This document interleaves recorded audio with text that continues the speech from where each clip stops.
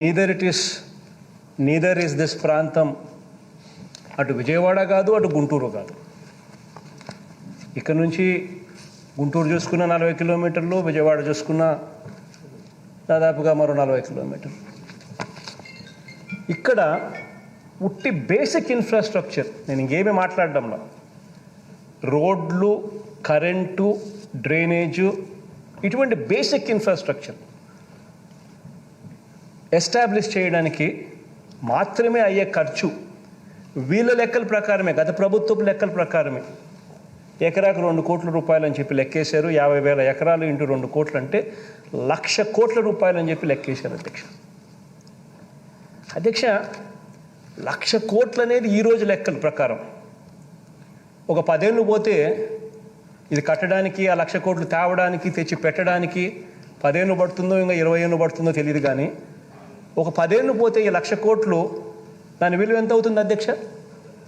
10 ఏళ్ళు పోతే ఇదే 1,00,000 కోట్లు ఈరోజు అయ్యే ఖర్చు 10 ఏళ్ళు పోతే అది 6 లక్షల కోట్లు, 7 లక్షల కోట్లు అవుతుంది. అంటే నీకు కనీసం మన దగ్గర ఉన్న డబ్బుతో కనీసం మనం రోడ్లు వేసుకోవడానికి, డ్రైనేజీలు వేసుకునేదానికి, కరెంట్ ఇచ్చేదానికి కూడా మన దగ్గర డబ్బులు లేని పరిస్థితిలో మనం ఉంటే ఇక్కడ రాజధాని అనే ఊహా చిత్రం సాధ్యమవుతుందా? ఈ రకంగా ప్రజలను మిస్లీడ్ చేయడం ధర్మమేనా? అసలు మనకు అంటూ, మన పిల్లలకంటూ ఏదైనా ఒక ఉద్యోగాలు వచ్చే ఒక పరిస్థితి, ఒక సిటీ, ఒక ఎస్టాబ్లిష్మెంట్ అనేది ఎప్పటికి వస్తుంది? చదువుకున్న మన పిల్లలు ఉద్యోగాల కోసం ఎప్పుడూ కూడా పెద్ద నగరాలైన హైదరాబాద్కో, లేకపోతే పెద్ద నగరాలైన బెంగళూరుకో, లేకపోతే పెద్ద నగరాలైన చెన్నైకో, ఇటువంటి నగరాలకు వెళ్ళాల్సిందేనా? ఎప్పటికీ మనకు మార్పు ఉండదా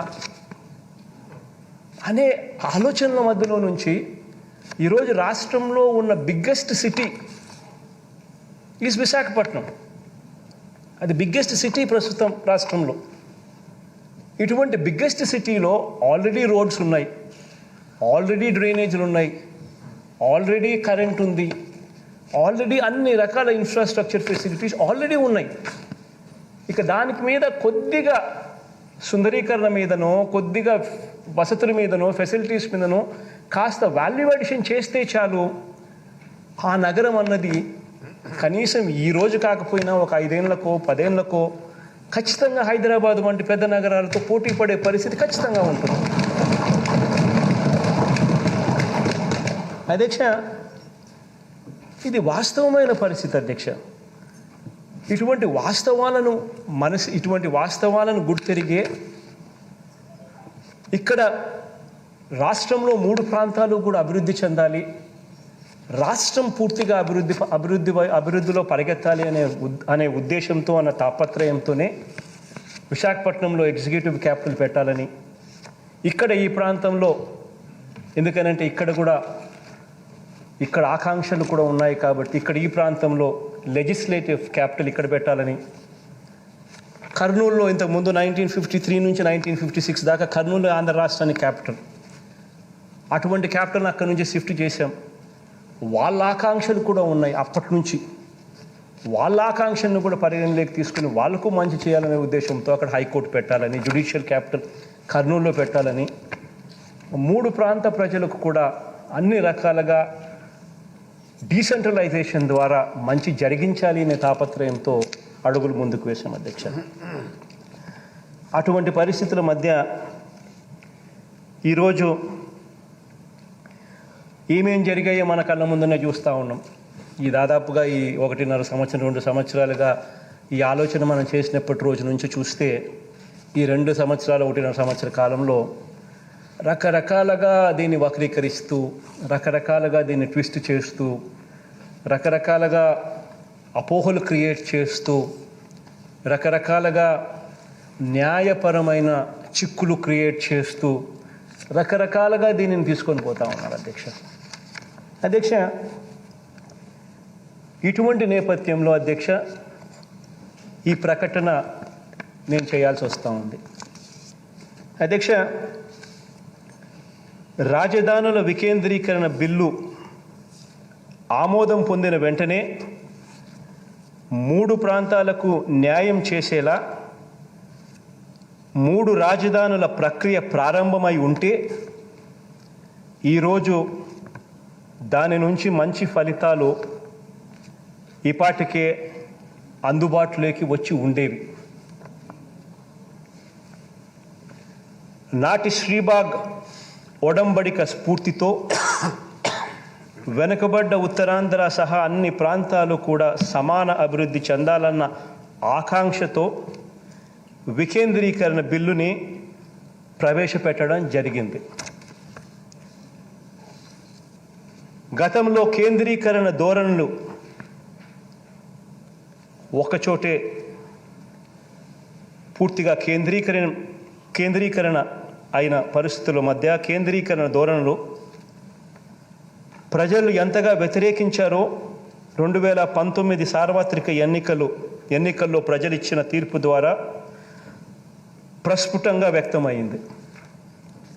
మరోసారి హైదరాబాద్ లాంటి ఒక సూపర్ క్యాపిటల్ మోడల్ వద్దని, అటువంటి చారిత్రక తప్పిదాన్ని ప్రభుత్వం పాల్పడరాదని ప్రజల తీర్పు స్పష్టం చేసింది. కాబట్టే వికేంద్రీకరణ సరైన విధానం అన్నది బలంగా నమ్మి అడుగులు ముందుకు వేశాం. అధ్యక్ష, అన్ని ప్రాంతాలు, అన్ని కులాలు, అన్ని మతాలు, వీరందరి ఆశలు, ఆకాంక్షలు ప్రభుత్వం పరిగణనలోకి తీసుకుంది కాబట్టే, వాటిని ఆవిష్కరించింది కాబట్టే మన ప్రభుత్వాన్ని గడిచిన ఈ 2.5 సంవత్సర కాలంలో జరిగిన ఏ ఎన్నికలను తీసుకున్నా కూడా ప్రజలు మనసారా దీవిస్తూ వచ్చారు ఈ ప్రభుత్వాన్ని.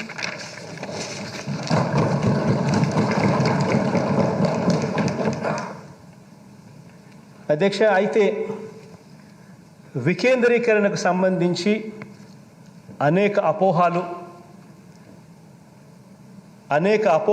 అనేక అనుమానాలు, అనేక కోర్టు కేసులు, న్యాయపరమైన వివాదాలు, దుష్ప్రచారాలు, ఇలా ఈ 2 ఏళ్ల కాలంలో వీటినే ప్రచారాలు చేశారు అధ్యక్ష. అందరికీ న్యాయం చేయాలన్న ప్రభుత్వ సదుద్దేశాన్ని పక్కన పెట్టి కొందరికి అన్యాయం జరుగుతుందన్న వాదనను కూడా కొంతమంది ముందుకు తోయడం కూడా మనం అంతా కూడా మన కళ్ళతో చూసాం. అధ్యక్ష, ఇటువంటి బ్యాక్గ్రౌండ్లో, ఈ నేపథ్యంలో వికేంద్రీకరణ అవసరాన్ని, 3 రాజధానులకు సంబంధించిన బిల్లులోని ప్రభుత్వ సదుద్దేశాన్ని విపులంగా వివరించేందుకు చట్టపరంగా కానీ న్యాయపరంగా కానీ అన్ని సమాధానాలను బిల్లులోనే పొందుపరిచేందుకు, బిల్లుల్ని మరింత మెరుగుపరిచేందుకు, అన్ని ప్రాంతాలకు అందరికీ విస్తృతంగా వివరించేందుకు, ఇంకా ఏమైనా మార్పులు అవసరమైతే వాటిని కూడా పొందుపరిచేందుకు ఇంతకు ముందు ప్రవేశపెట్టిన బిల్లును ప్రభుత్వం వెనక్కి తీసుకొని ఇంతకు ముందు చెప్పిన అన్ని అంశాలను పరిగణలోకి తీసుకొని మళ్ళీ పూర్తి సమగ్రమైన మెరుగైన బిల్లుతో సభ ముందుకు వస్తుంది.